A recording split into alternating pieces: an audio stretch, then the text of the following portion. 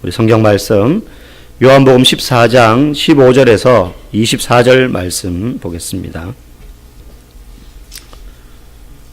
신약성경 172페이지 요한복음 14장 15절에서 24절까지 한 절씩 교독하고 24절 같이 읽겠습니다. 너희가 나를 사랑하면 나의 계명을 지키리라.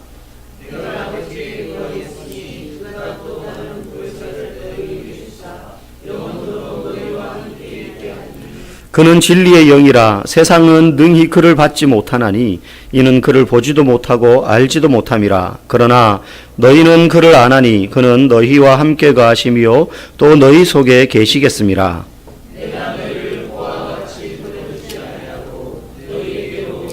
조금 있으면 세상은 다시 나를 보지 못할 것이로되 너희는 나를 보리니 이는 내가 살아있고 너희도 살아있겠음이라.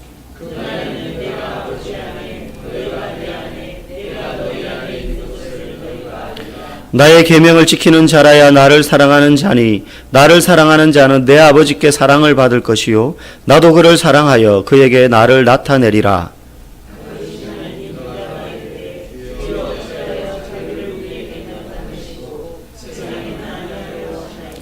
예수께서 대답하여 이르시되 사람이 나를 사랑하면 내 말을 지키리니 내 아버지께서 그를 사랑하실 것이요 우리가 그에게 가서 거처를 그와 함께 하리라. 나를 사랑하지 아니하는 자는 내 말을 지키지 아니하나니 너희가 듣는 말은 내 말이 아니요 나를 보내신 아버지의 말씀이니라. 아멘. 건물에 화재가 발생했습니다. 아래층에서부터 불이 타올라가서 2층, 3층을 태우고 지붕까지 태워가지고 막 지붕이 무너지고 막 뻐적뻐적 소리가 나면서 전기가 막 팍팍 튀고 아무도 그 근처에 갈 수가 없어요. 그 안에 있던 사람들조차도 그냥 걸어만 날 살려라 뭐 챙겨 나올 것도 없이 몸만이라도 살기 위해서 막 뛰어나옵니다.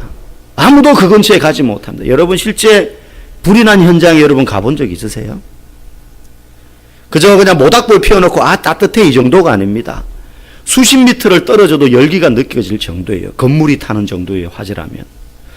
그래서 모든 사람들이 거기서 도망을 가고 빠져나오는데 그 와중에 그 불길 속으로 들어가는 사람들이 있습니다. 바로 소방관들입니다. 그 사람들이 거기 왜 들어갑니까? 나는 불 따위 무섭지 않아요. 나는 불에 대여도 화상 따위 입지 않아요. 그래서 들어갑니까? 아닙니다. 그들도 불이 무섭습니다. 그들도 불에 대이면 우리와 똑같이 화상을 입거나 신체에 상해를 입습니다. 그럼에도 불구하고 그들이 그 방화복을 뒤집어 쓰고 무거운 장비를 메고 산소 마스크를 쓰고 정말로 일반인 같으면은 그냥 그 근처에도 가지 못할 만큼 무섭고 뜨거운 현장에 뛰어 들어가는 이유는 바로 소방관이기 때문입니다. 그들이 입고 있는 옷이 단순히 그 옷을 입었다고만이 아니라 그들 마음 가운데 새겨져 있는 정체성이 있죠. 나는 소방관이다. 그래서 불이 났을 때 다 도망을 가더라도 그들은 호수를 짊어지고 산소 마스크를 끼고 산소 탱크를 메고 뛰어들어가는 거죠. 뛰어들어가는 거죠. 어떤 사람이 대낮에 술이 취해가지고 흉기를 들고 막 난동을 부립니다. 불특정 다수를 향하여서 되는 대로 막 칼을 막 휘두릅니다. 사람들이 비명을 지르고 저 사람 뭐야 그러면서 도망을 막 가고 가다가 막 넘어지는 사람도 있고 걸어만 날 살려라 다 흩어집니다. 그런데 그때 그 사람을 향해서 달려가는 사람들이 있습니다. 바로 경찰입니다. 칼을 든 그 사람 때문에 전부 무서워서 혹시라도 어디 다칠까봐 다 떠나가고 도망갈 때 경찰은 그 사람에게 다가갑니다. 왜 그렇습니까? 경찰이기 때문이죠. 제복을 입었기 때문만은 아닙니다. 제복을 입었기 때문이기도 하겠지만 사실은 경찰들 중에 우리 가끔 뉴스에 보면 비번인 날이나 근무 시간이 아닌데 도둑을 잡았다든가 소매치기를 검거했다든가 그런 기사들을 우리가 종종 봅니다. 겉으로 제복을 입었다는 것도 중요하지만 그 스스로가 아는 거죠. 나는 경찰이다. 그래서 칼을 든 사람 앞에서 다 도망을 가도 그 사람은 그 사람에게 다가가는 겁니다. 성도는 어떤 사람일까요? 성경에 보면 너희는 그리스도로 옷 입은 사람들이다 라고 말합니다. 소방관은 소방관복을 입었고 방화복을 입었고 경찰은 경찰제복을 입었고 군인은 군복을 입을 때에 비로소 그 정체성이 두드러지는 것처럼 우리는 그리스도로 옷 입은 사람들이다 라고 성경이 말합니다. 그 말은 단순히 그냥 제복 입었다 이런 차원이 아니라 우리는 그리스도를 따르는 사람들이라는 거죠. 그러면 경찰은 소방관은 군인은 눈에 보이는 제복이 있는데 그리스도인은 제복은 따로 없잖아요. 그렇죠? 그리스도로 옷 입었다라는 것은 무슨 이렇게 제복을 말하는 게 아니죠. 겉으로는 보이지 않는 옷이 있다는 겁니다.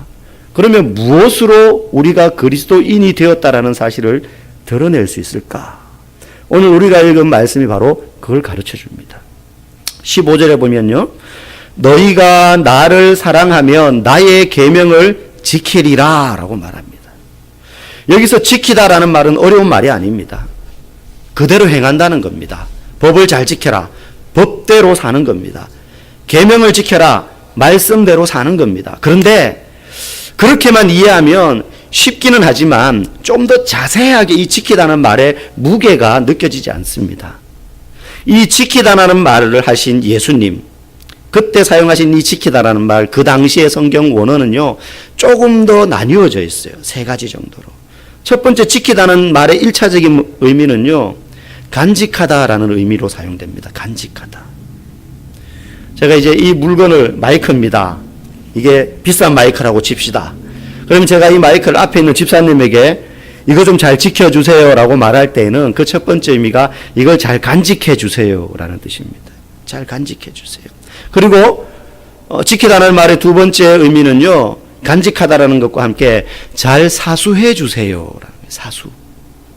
뒤에 자세하게 설명하겠습니다. 누구에게 빼앗기지 않도록 이걸 잘 사수해 주세요 이런 뜻입니다. 세 번째 지키다라는 말 속에는요, 보존하다라는 뜻이 있습니다. 무슨 말이냐면 어떤 의미에서의 보존이냐면 이걸 다음 누군가에게 전해줄 때까지 잘 보존해 주세요 이 뜻입니다. 그러니까 예수님이 계명을 지켜라 라고 말씀하셨어요. 그 말 속에는 이걸 잘 간직해 주세요. 이걸 누구에게 빼앗기지 않도록 잘 사수해 주세요. 그리고 이걸 다른 사람에게 전달해 줄 때까지 잘 보존해 주세요. 이런 의미가 다 포함되어 있는 겁니다. 하나씩 살펴보면요. 예수님이 지키는데 뭘 지키라고 하셨느냐? 계명을 지키라라고 말했습니다. 하나님의 말씀이죠. 성경. 하나님의 말씀을 지켜라. 그래서 첫 번째 의미인 간직하다라는 말은 암송하다와 관련되어 있습니다. 하나님의 말씀을 암송하는 것이 간직한다는 겁니다. 왜 그러냐? 자, 여러분 보십시오. 이게 마이크입니다. 아니면은 제게 지갑이 있습니다. 이 지갑에 현금이 많이 들었습니다. 예를 들어 지갑이라고 생각하십시오. 그럼 제가 누군가에게 이걸 잘 간직해 주십시오라고 말하면 받은 사람이 어디 확 던져놓고 잘 간직하고 있습니다라고 말할 수 있습니까? 귀한 물건 어떻게 간직해요 우리가? 내 품에 간직하는 겁니다. 그죠? 스마트폰, 그죠? 내 품에 간직하는 거예요. 그냥 어디다가 던져놓고는 잘 간직하고 있어 이렇게 말하지 않습니다. 간직하다라는 말은요, 하나님의 말씀을 내 품에 담아놓는 거예요. 계명을 지키다 할 때에 그 의미는, 그러면 그 내 품에 하나님의 말씀을 간직한다는 게 뭐냐? 지금 유대인들처럼 옷깃과 소매깃에다가 하나님의 말씀인 율법을 실밥으로 새겨가지고 그 옷을 입고 다니는 것, 아니면은 쉐마의 말씀을 깨알같이 적어서 그걸 두루마리처럼 말아가지고 상자 안에 넣어서 띠를 두르고 다니는 것, 그게 간직하는 것이냐? 아닙니다. 그렇게 해봐야 성경 구절 다 간직 못해요. 예수님 말씀하시는 말씀을 잘 간직해라 이 뜻은 머리와 마음에 잘 새겨 넣어라 이 뜻이에요. 그래서 암송과 관련되어 있는 거예요. 제가 주일학교 중고등부 때 교회에서 이렇게 암송대회, 성경 암송대회 같은 거 하면 이제 나갔습니다. 그럼 교회에서 선발전을 해요. 그럼 이제 뽑혀요. 그러면 노회 대회 나가고, 노회 대회에서 1등하면 총회 대회, 전국 대회 나갑니다. 그러니까 암송 대회나 고사 대회 이런 걸 하면 자주 나갔었는데, 노회 대회쯤만 각 교회에서 선발된 아이들만 이렇게 경연하는 노회 성경 암송 대회만 나가도요, 그냥 뭐 두세 구절 외우는 게 아니라 성경 한 장을 외웁니다, 이제. 그러면 거기 나온 애들은요, 한 명씩 다 써가지고 암송하면 심사위원들, 목사님, 장로님들이 한 대여섯 분이 앉아 계셔가지고 심사를 하는데요. 다 토시 하나 안 틀려요. 단어를 틀리는 아이들은 아무도 없어요. 그 정도 나오는 애들은. 한 명도 안 틀립니다. 그러면 거기서 석차를 우열을 어떻게 가리느냐? 누가 더 긴장하냐, 덜 긴장하냐, 그걸 보는 거예요. 발음이 더 정확하냐, 그렇지 못하냐. 아니면은 호흡을 적당한 때 잘 쉬느냐, 못 쉬느냐. 그런 거 가지고 우열을 가릴 정도로 너무 잘 외워요. 그래서 거기서 1등 한다는 건 뭐 2등, 3등 했다 그래가지고 못하는 애들이 아니에요. 완벽하게 외우는 애들입니다. 그런 걸로 우열을 가리는데, 제가 말하는 암송은 정말로 토시 하나 안 틀리고 저와 여러분들이 성경 구절을 막 외워야 된다, 이 정도는 아니에요. 그 정도는 아니나 우리의 마음 가운데 말씀을 많이 담아 놓아야 될 필요가 있다는 겁니다. 이게 왜 중요하냐면, 그럼 뭐 암송 많이 하면 믿음 좋은 겁니까? 그렇게 단편적으로 연결시킬 문제는 아니에요. 암송이 우리에게 주는 굉장한 유익이 있습니다. 영적인. 그게 뭐냐면, 여러분 영어 공부해 보셨잖아요. 아니면 중국어든지 다른 언어를 공부를 해 보시면 제일 기초적인 게 어휘입니다. 단어를 많이 알아야 돼요. 뭐 단어를 알아야 대화를 할 거 아닙니까? 그죠? 그럼 단어를 막 외웁니다. 그러면 단어를 많이 외워놓으면 나중에 수준 높은 영어를 구사할 수 있습니다. 근데 단어를 모르면 뭐 대화는 가능해요. 우리가 중학교, 요즘은 초등학생들 유치원 때부터 영어를 배우지만 아마 여러분들은 중학교, 고등학교 때 영어를 배웠을 거예요. 중학교 때 배운 영어 단어 수준 정도로도 외국인과 대화하는데 문제는 없어요. 문법 잘 몰라도 돼. 전치사, 조사 이런 거 몰라도 단어만 나열해도요, 그 사람들이 알아서 들어줘요. 우리 그런 거 있잖아요. 한국말 못하는 외국인이 우리나라에 왔는데 한국말 떠듬떠듬 하면 문법도 틀리고 시제도 틀리고 주어도 틀리고 동사도 틀리고 다 틀린데 우리 알아듣잖아요. 우리가 알아서 그래 그건 그거야 이러면서 알아듣는 것처럼. 그런데 문제가 있어요. 아주 수준 낮은 대화밖에 못한다는 거예요. 우리 아이들 키워보면 6살, 7살짜리들하고 대화를 해보면 의사소통이 안 되지 않습니다. 됩니다. 걔하고 나하고 말이 통해요. 그런데 내 수준으로 말하면 걔는 못 알아듣지만 걔 수준으로 내가 내려가면 알아들어요. 대신 수준 낮은 대화밖에 안 되는 거죠. 경제적인 문제, 정치, 시사 이런 얘기 해봐야 못 알아들어요. 그러니까 걔가 이해하는 수준으로 내려가주면 대화는 되는데 대화의 수준이 낮죠. 똑같습니다. 하나님의 말씀을 우리의 머리와 가슴에 새겨놓으면, 암송을 하면서 담아놓으면, 간직하면, 품에 넣어놓으면 우리의 삶에 일어나는 문제들을 하나님의 눈으로 해석되고 이해할 수 있게 된다는 거예요. 그런데 하나님의 말씀이 내게 없어요. 그러면 우리가 가지고 있는 것으로 우리의 삶에 일어나는 문제를 해석할 수밖에 없어요. 그건 교회 다니지 않는 사람들도 똑같이 하는 거예요. 하나님의 말씀을 모르는 상태에서도 내 삶에 다양한 어려움과 문제와 걱정과 근심이 생길 때, 변화하는 상황들을 맞이할 때 하나님을 모르는 사람, 말씀을 모르는 사람들도요, 나름대로 세상의 처세술에 따라서 대처해요. 그런데 하나님의 말씀을 많이 담아 놓으면, 내가 간직하고 있으면 삶에 일어나는 문제들이 말씀의 눈으로 해석이 되고 바라보고 풀어지게 된다는 거죠. 그건 사람의 눈이 아니고 하나님의 관점으로 상황을 바라볼 수 있게 되는 수준 높은, 쉽게 말하면 회화가 가능해진다는 거예요. 수준 높은 삶의 방식이 가능해진다는 거예요. 이게 하나님의 말씀을 암송함으로 간직하는 것이 주는 영적인 유익입니다. 두 번째, 지키라라는 뜻은 말씀을 사수하라라는 의미가 있다고 그랬습니다. 사수한다. 전쟁이 막 벌어졌습니다. 그 중에서 이제 어느 지역에서 전투가 벌어지는데 저희가 고지를 지키고 있어요. 근데 이 고지를 사수해야 될 목적이 있습니다. 이 고지를 왜 반드시 지켜야 되느냐? 우리가 뚫리면 우리 뒤에 우리 부대에게 공급해야 될, 전군에게 보급할 보급 창고가 뚫리는 겁니다. 먹을 거, 입을 거, 마실 거, 탄약 이런 거. 보급 창고가 뚫리면 단순히 여기 전투에서 끝나는 것으로 끝나는 것이 아니라 전쟁에 패할 수가 있어요. 여러 지역에서 부대가 전투를 적군과 벌이고 있는데 그 부대에 공급할 무기와 음식과 이런 물품들을 다 잃어버리게 되기 때문에 여기가 절대 뚫리면 안 돼요. 그래서 이 물품 창고, 보급 창고를 지키기 위해서 군인들은 여기를 목숨을 걸고 사수하는 겁니다. 그게 사수하다예요. 목숨을 걸고 지키는 거죠. 떠나지 않고 단 한 명이 남을 때까지라도, 지원군이 올 때까지 끝까지 지키는 거죠. 그 자리를.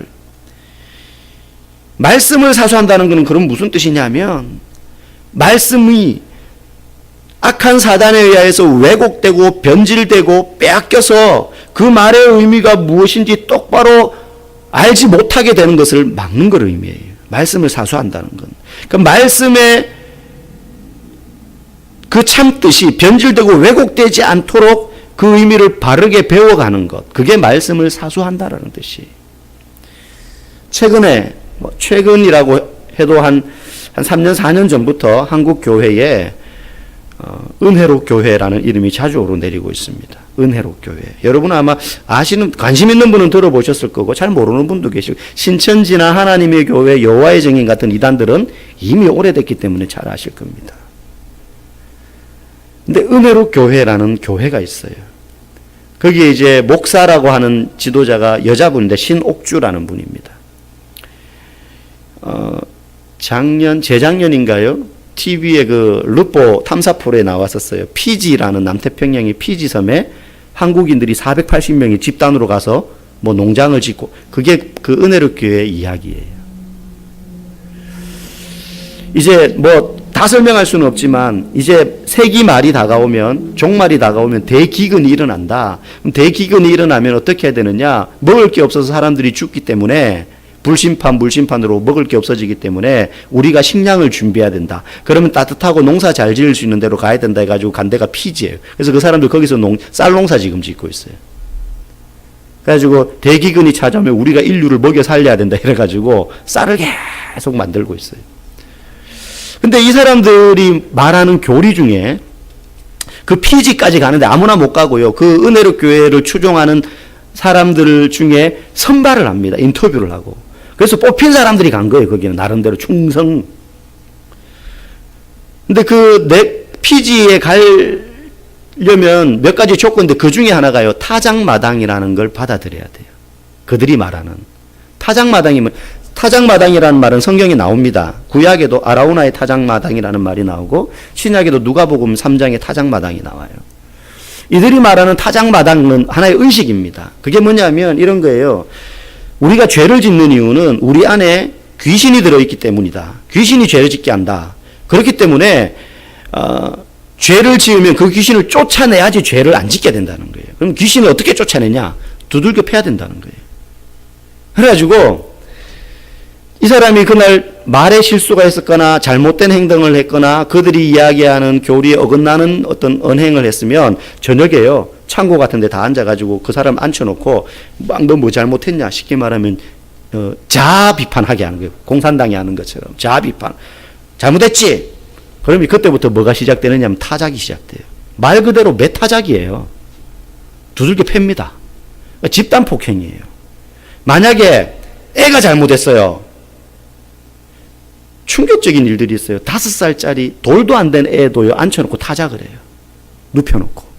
5살짜리 딸하고요, 엄마하고 둘이 마주 앉아가지고요, 엄마가 그 딸에게 너가 오늘 이래는 잘못을 했기 때문에 네 안에 있는 귀신 때문에 너가 천국에 못 갈 수도 있어 이러면서 엄마가 5살짜리 자기 딸을 뺨을 막 입술이 터지고 코에서 피가 흐를 때까지 때려요. 그때 애가 울잖아요. 옆에 있는 사람들이 집단으로 때려요. 그리고 나서 애가 엄마를 또 때려요. 뺨을 막 때려요. 그거를 동영상으로 찍어가지고 그 신옥주 목사한테 보내주면 더 때려. 명령을 내. 그럼 또 더 때리는 거예요. 그게 타작마당이에요. 우리는 어이가 없죠. 이 사람들이 이 타작마당을 근거로 두는 성경 구절이 있어요. 누가복음 3장 17절이에요. 거기 보면 이런 말씀이 나옵니다. 손에 키를 들고 자기의 타작마당을 정하게 하사 알곡은 모아 곳간에 들이고 쭉정이는 꺼지지 않는 불에 태우시리라. 여기 타작마당이 나와요. 타작마당을 정하게 하사. 여기 나오는 말씀은요, 예수님이 마지막 때가 되면 구원받을 자와 구원받지 못할 자를 가르는 마지막 심판이 분명히 있는데 그 심판을 빗대어서 마치 우리 옛날에 도리깨로 타작했잖아요. 펴놓고 보리 타작하고 콩 타작하고 죠. 그 타작하면 껍데기가 까부러지면서 껍데기와 알곡이 나뉘어지죠. 그리고 나중에 키에 넣어서 이렇게 후후 불면은 옆에서 막 부채질하면 이제 껍데기 날아가고 알곡만 남는다 그거잖아요. 그것처럼 마지막 때는 알곡과 쭉정이를 가리는 심판이 있다. 이거를 타작하는 비유에 들어서 말씀하신 거예요. 근데 이걸 이 사람들은 귀신 들려서 죄 지으니까 귀신 내쫓으려면 두들겨 패야 된다고. 그래서 타작하는 거예요. 맞다가 엎어지면 막 발로 막 차고 있잖아요. 머리채를 잡고 막 쥐어 흔듭니다. 하나님의 말씀을요, 완전히 왜곡시키고 변질시키는 거예요. 그걸 하겠다라고 인정해야 피지에 가요. 거기서 맞아서 죽은 사람도 있어요. 그래서 이게 탈출한 사람도 있고 그 사람들이 제보해서 TV에 막 나오면서 알려지게 된 거예요. 제가 아는 분도 한 분 젊은 부부인데 아기가 둘인데 갔어요. 피지에 간 건 아니고 그 교회가 과천에 있어요. 거기에 가요. 이혼했어요, 결국은. 작은 애를 데리고 갔어요. 애들 다 데리고 갔는데 남편이 큰 애라도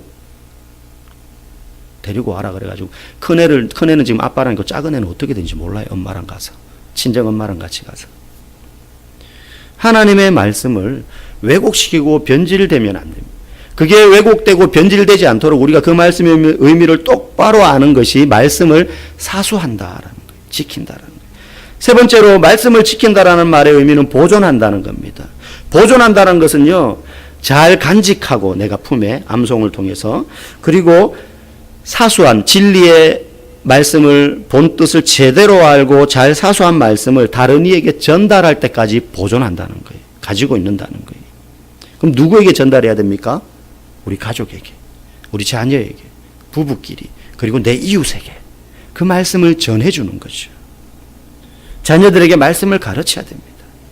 말씀으로 가르치지 않고 그저 도덕과 사회 규범으로만 가르치면 그냥 사회적으로는 바른 인간으로 자랄지 모르나 그 아이가 말씀의 책망과 말씀의 교훈에서는 떠나서 살게 됩니다.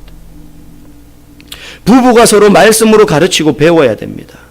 세상에 가르치는 것들 중에 좋은 도덕적인 훈계들 많이 있지만 그것과 아울러서 하나님의 말씀이 그 마음 중심에 자리 잡도록 해야 됩니다. 제일 좋은 것이요, 정기적으로 매일 큐티하는 것이고 말씀을 묵상하고 내지는 영성일기를 쓰면서 그걸 가족들과 가정예배라는 형태든지 어떤 형태로든 매일 나누는 거예요. 나누는 거예요.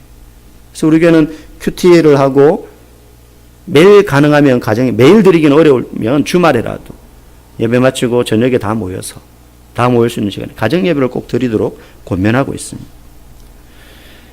예수님께서 말씀을 지켜라 라고 말할 때는 바로 이렇게 말씀을 많이 외우고 읽어서 머리와 가슴에 잘 간직하고 그리고 그 말씀의 뜻이 무엇인지 분명히 깨달아 알도록 사수하고 그리고 그 말씀을 누군가에게 전달할 때까지 잘 보존해라.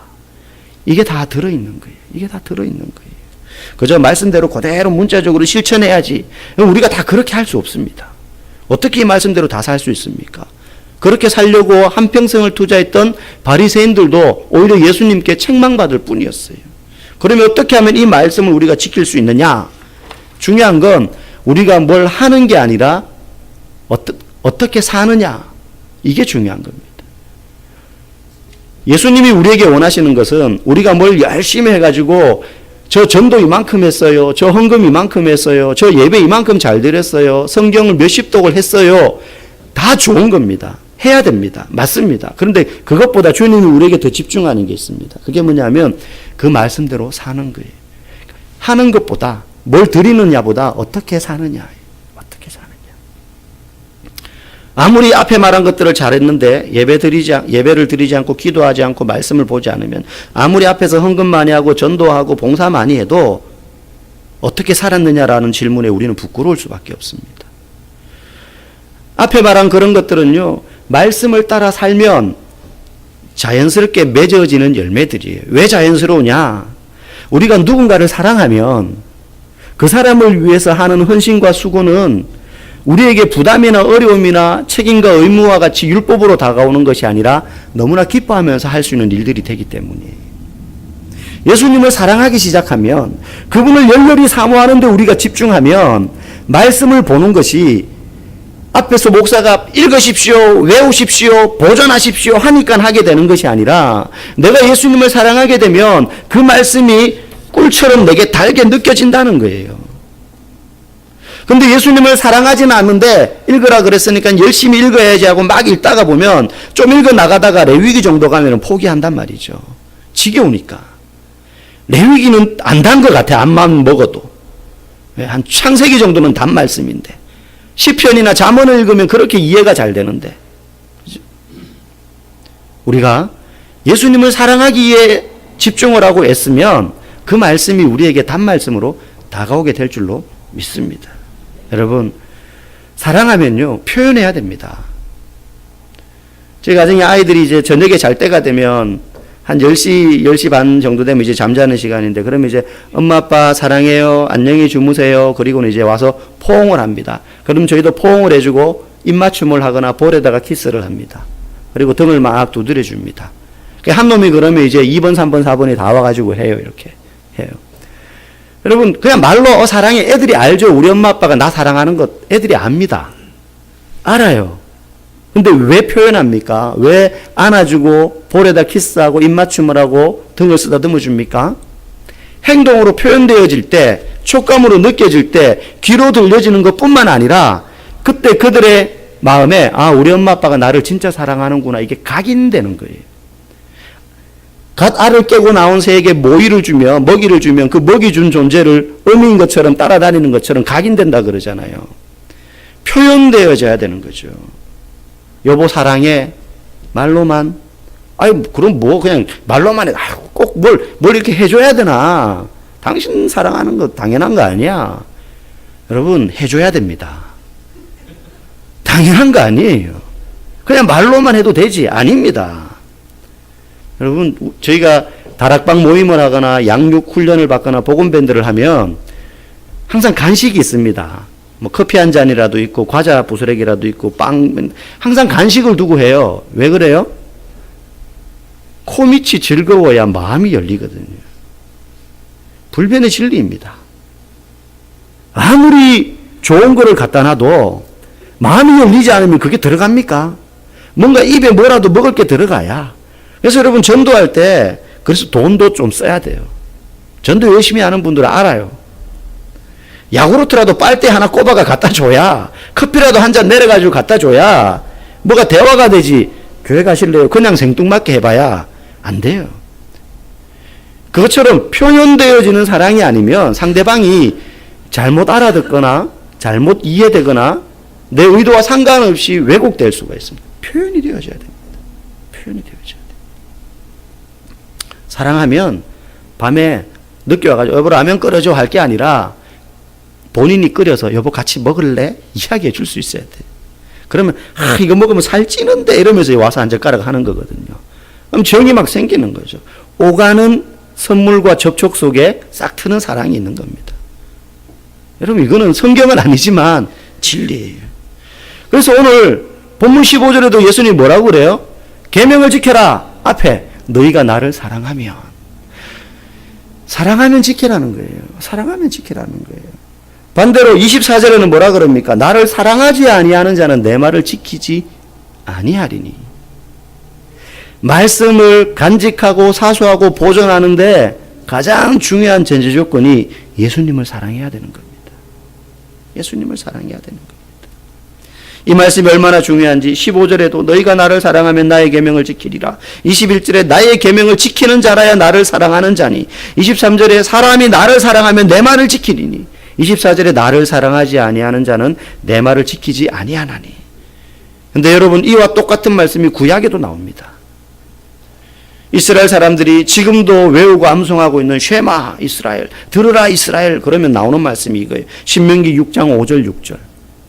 거기 이렇게 말합니다. 너는 마음을 다하고 뜻을 다하고 힘을 다하여 네 하나님 여호와를 사랑하라. 그래야면 오늘 내가 네게 명하는 이 말씀을 너는 마음에 새기고, 여호와를 사랑한다면 내가 오늘 네게 명하는 이 말씀을 마음에 새겨라. 간직해라. 사수해라, 보존해라. 오늘 읽은 본문에 나오는 지켜라, 지켜라, 지켜라, 지켜라, 이게 다 똑같은 단어예요. 간직하고 사수하고 보존해라. 구약에 나오는 나의 명령과 말씀을 마음에 새기라도 똑같은 거예요. 똑같은 뜻이에요. 저와 여러분들이 예수님을 사랑하기를 원합니다. 예수님을 사랑하기를 원합니다. 그분을 위하여 뭔가를 하는 것은 그분을 사랑하기 위하여 애쓰면 저절로 맺혀질 열매들입니다. 예수님을 너무나 사랑하는데 전도하게 되죠. 성경 보고 싶어지죠. 그분이 내게 오늘 뭐라고 이야기하실까? 여러분, 성도는 제가 아까 그리스도로 옷 입었다 그랬는데요. 그리스도인은 그저 필요할 때 예수님 문을 두드려 가지고 도와주세요 하고 필요한 것을 받아들고 갔다가 다음에 또 필요하면 예수님께 찾아와서 뭔가를 얻어내는 사람이 아닙니다. 성경에 보면 예수님은 포도나무요 우리는 가지라 그랬습니다. 가지는 필요할 때 붙었다 떨어졌다 붙었다 떨어졌다 하는 존재가 아닙니다. 그냥 붙어 있는 겁니다. 계속 일심동체예요. 그냥 주님에게 붙어서 사는 사람입니다. 뭘로 붙었다는 증거를 드러냅니까? 요한복음 8장 31절에 너희가 내 말에 거하면 참으로 내 제자가 되고. 예수님 주변에 많은 사람들이 따라다녔는데 제자들은 예수님이 기적을 행할 때뿐만 아니라 배고파가지고 미리삭을 까불러가지고 그걸 먹을 때도 옆에 있었던 사람들입니다. 그런데 그 옆에 있던 군중들은 예수님이 오병이어 기적 행하실 때 그 현장에 있었지만 그 뒤에 해가 져서 다 집으로 간 사람들입니다. 우리는 제자입니다. 제자는 필요할 때만 손을 내미는 사람이 아니라 그분과 붙어 있는 사람입니다. 그게 그리스도로 옷 입은 겁니다.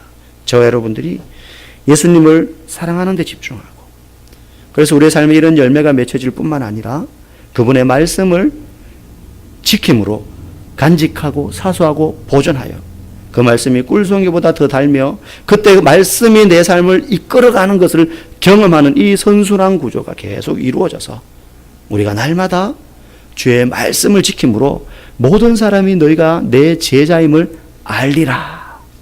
그렇게 되기를 주님의 이름으로